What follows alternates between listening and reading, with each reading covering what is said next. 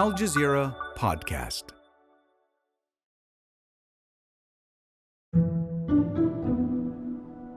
Haiti was once known as a beacon of strength and independence in its region.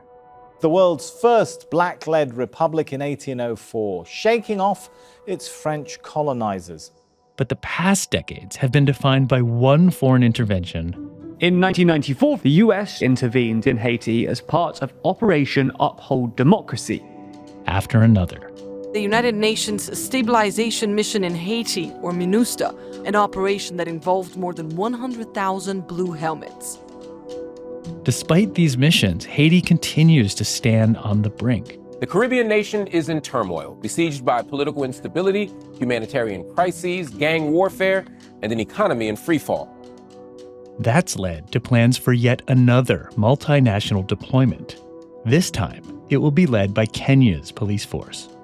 Today, the United Nations Security Council approved sending an international police force led by Kenya to Haiti. So, as Haiti braces for intervention number 4 to arrive, what can be done to make sure this one will be the last? I'm Kevin Hurton, in for Malika Bilal, and this is The Take.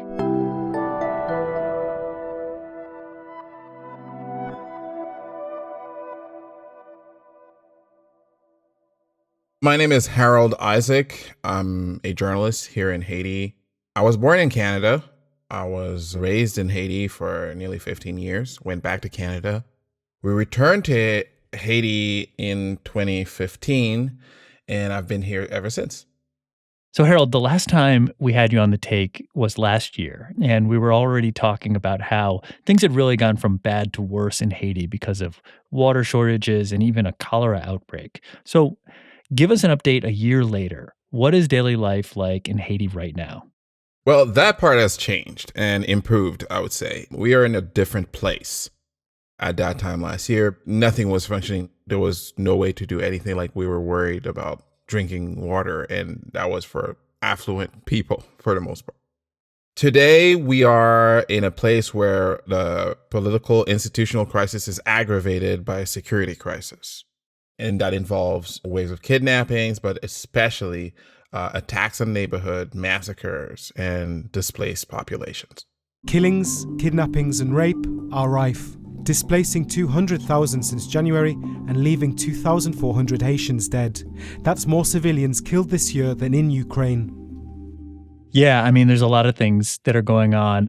Maybe just start with the capital.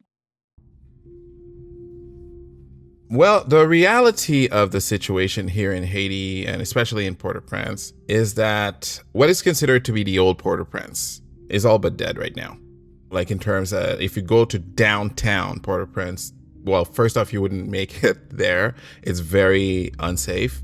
It's, for the most part, abandoned, like places near the Cathedral of Port-au-Prince, which was destroyed during the earthquake, not too far from the national palaces. These areas are very unsafe for people to venture, and gang confrontations are common. Port-au-Prince has become a gangster's paradise. Gangs now control 80% of Haiti's capital, and they're extending their presence to other parts of the country.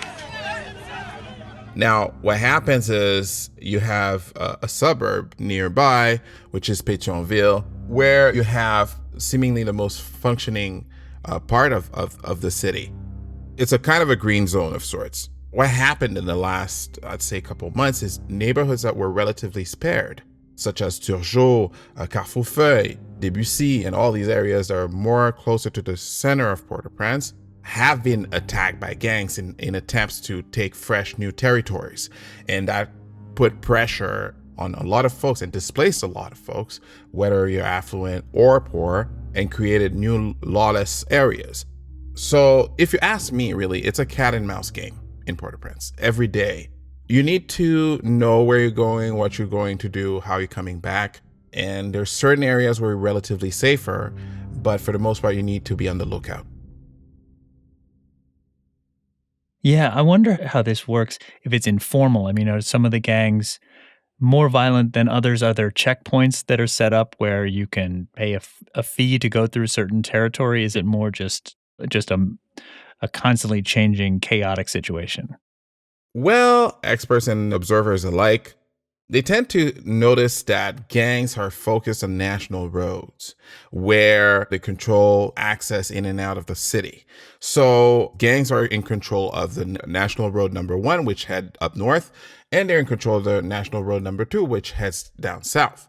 And part of this discussions are going on with a potential military or police intervention from Kenya is whether or not this is going to be their first aim to restore control of the state over national roads, which would allow for transit, commute, and for goods and services to be transiting, which is not the case right now. Because as you said, the gangs right now, if you want to go through these national roads, if they don't attack you outright, they make you pay to get through. Oh my goodness. Okay, so you have a dire security system. You have a country where gangs are in control of portions of the country and the capital. Harold, for people who don't follow Haiti, can you tell us about what is going on with this current government? Well, like everything in Haiti, the country is facing institutional collapse. But the twist, for someone that wouldn't understand or know about the country, it did not happen overnight. This institutional collapse has grown over the last, let's say, 10, 15 years. It started with a lackluster participation in elections. And then we started seeing, especially after 2015, 2016, seeing institutions grinding to a halt, one after the other. That slow decline took a dramatic turn in July 2021 when President Jovenel Moïse was assassinated.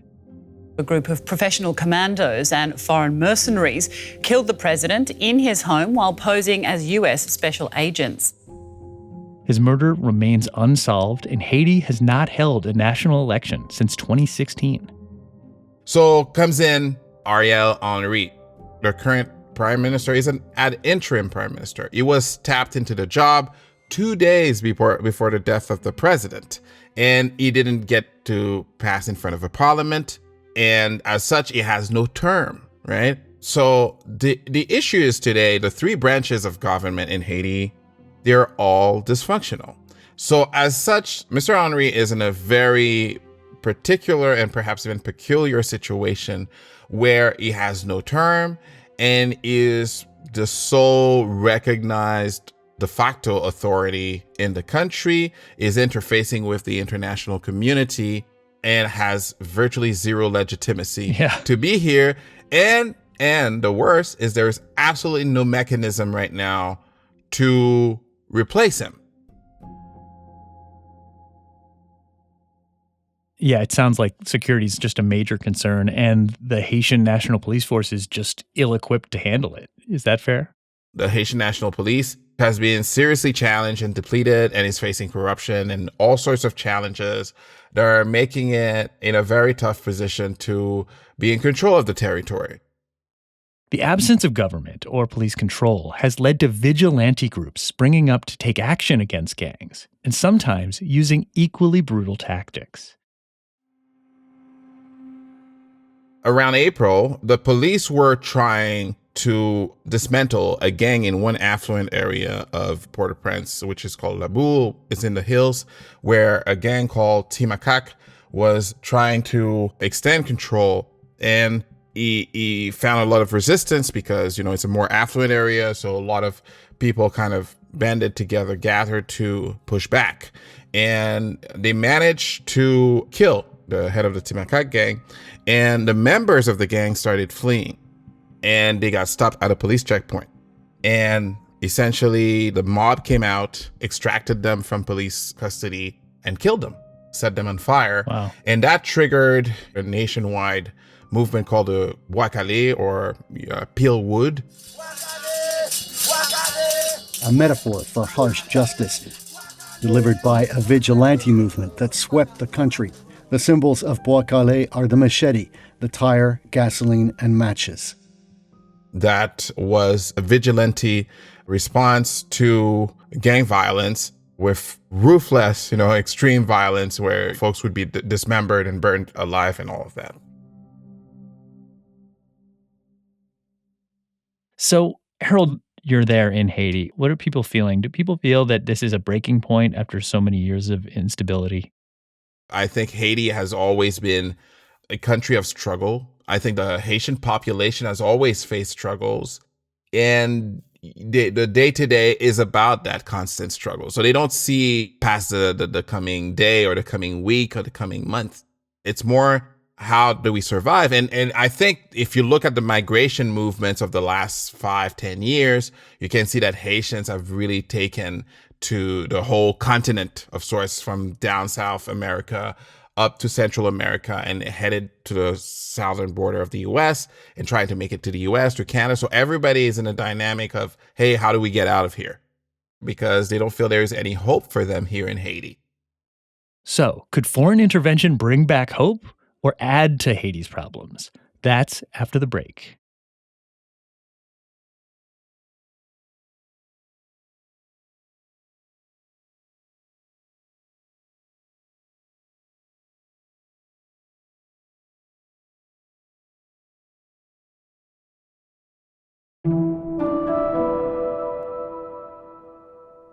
Talk of an intervention in Haiti has been building for some time. The country's prime minister has repeatedly asked for help from the international community. I reiterate on behalf of the people of Haiti and the government the request to help bolster the National Police of Haiti so that it can truly respond to the challenges it faces in its mission to protect the lives of those in the country. It's gained backing from the United Nations Secretary General. The UN Secretary General says the only solution is a strike force made up of international troops and police. And the US President. I call on the Security Council to authorize this mission now. The people of Haiti cannot wait much longer. But neither side has been willing to take the lead. Instead, Kenya has stepped up. A statement from Kenya's foreign ministry expressed a commitment to deploy 1,000 police officers to help train and assist Haitian police restore normalcy in the country and protect strategic installations. In September, the U.S. signed a deal with Kenya, promising financial and logistical support for the Haiti mission, but no troops of its own. The United States stands ready to support that mission by providing robust financial and logistical assistance. And we intend to work with the United States Congress to provide up to $100 million in support. So, Harold, we've seen other missions in the past. Based on what you've seen on the ground there before, how effective do you think this force can be against heavily armed gangs? Well, I would say that the kind of funny thing is that the very probability that Kenya could come with police officers or even perhaps troops is already having an impact. It's already affecting the rationale of the gangs that seems to be either considering their next move. The culprit really is national roads today, because trade is for the most part interrupted. Transit commuting is really, really complicated. So this is what's the matter, really.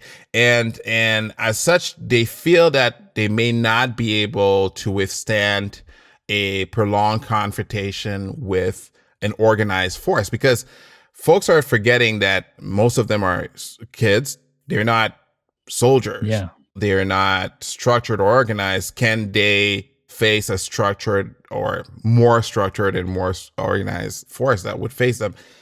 It's anyone's guess. Yeah, it's interesting. The positive, as far as I can tell, is that these type of operations tend to work when there's a very clear objective. It's not just a permanent peacekeeping force. It's something specific, like clearing national roads so you can open up trade. What's potentially challenging is that if that devolves into a full-scale military-style conflict with like a guerrilla-style gang movement in the mountains that are attacking police officers who are trying to just keep roads clear. I don't know. What do you think? I think anyone with a head on their shoulder here, they know that you're unlikely to get rid of the gangs. And fact of the matter is, during the Minister period, they never really got rid of them. They were cornered they were pushed back, but with the departure of the MINUSTA, the gangs were more free to take over more territory, more spaces, and the national roads. So it's clear to most folks, especially influent folks or the leadership, the establishment in Haiti, that this is where the battle will start. Now, as you said, it cannot be an indefinite mission. And I think that has been the challenge for all the stakeholders in this. It's like, okay, how long are we going to be here for? 6 months, 6 years, 10 to 15? Nobody knows. And who's going to pay for that? So in a weird way, again, there are many questions that remain pending and that require an answer that we don't have yet. So Kenya has volunteered to lead this intervention force. How did an East African country get involved? Why Kenya? The rationale that Kenya is bringing is that as it is right now, they're already taking care of peacekeeping missions in neighbor countries such as Somalia, South Sudan, and other places. And as such, being an African country and being aware of what's going on in Haiti, they claim and feel that it's their duty to do something about it, especially that they've been solicited. Here's Kenya's president at the UN General Assembly. The cry of our brothers and sisters who were the first people to win their struggle for freedom from colonial tyranny has reached our ears and touched our hearts. But that being said, getting there has been complicated because Kenya wasn't the first candidate to lead a mission. Last year, Canada was on the line to lead such force, but Canada has been very hesitant, to say the least, to take on that role because it could be considered a dead end or a never-ending mission and with mitigated results. And while Kenya has volunteered, there are questions lingering about its national police force. Its own force has recently come under scrutiny for human rights abuses in Kenya. And whether it will add to the troubled legacy of past interventions. MINUSTA, as the UN mission is known, leaves a controversial legacy in Haiti, from allegations of rape to introducing cholera. The UN is also left having to clean up a number of problems which it created, including a cholera epidemic caused by its own troops, which killed more than 9,000 Haitians. I mean, at this point, listen, the house is on fire, and I don't think we get the luxury of deciding who's going to be the firefighter. And I think that's how everybody sees it, really. It's like, okay, if Kenya can come, yeah, it may not be that great, but listen, then again, what other choice do we have at this stage? Yeah. So the U.S. is sending money, Kenyans are sending 1,000 police officers, and maybe there's more to come. There are at least 11 other countries sending a certain number of forces to supply, but it's certainly not going to be at the same scope and same extent as Kenya. Why is it important that Haiti improve? Why should people care what happens in Haiti? Well, Haiti has always been a beacon in the world. To answer your question, I would probably take it from my personal standpoint, with my own personal experience, because many folks I know are in the same situation. Listen, I could have been in Canada. I actually lived in Canada for about 15 years as an adult. And then I made the decision in 2015 to come back because I looked around and I'm like, I'm more useful here. And I feel that it's better rewarded in terms of accomplishment to be here than to be in Canada. I mean, I think Canada has a lot of folks that can help build it as a society. The key thing really for us in Haiti is that we stay because we want to support the country. We want to be there despite all the struggles, because we believe it's like a house. A house without people crumbles. And as such, that's why when you see all these people leaving in migration in droves, and especially for economic reason, it hurts, because you know that Haiti has everything really to succeed. It just was dealt with a very bad hand, and the situation makes it very complicated. So you have folks that are here fighting every day as an act of resistance in face of struggle, in face of the challenges. And that's The Take. This episode was produced by Miranda Lynn with Khalid Sultan, David Enders, Amy Walters, Chloe K. Lee, Sonia Bagat, Sari El-Khalili, Ashish Malhotra, Zaina Badr, Faranisa Kampana, and me, Kevin Hurton, in from Malika Bilal. Our sound designer is Alex Roldan. Alexandra Locke is The Take's executive producer, and Nay Alvarez is Al Jazeera's head of audio. We'll be back.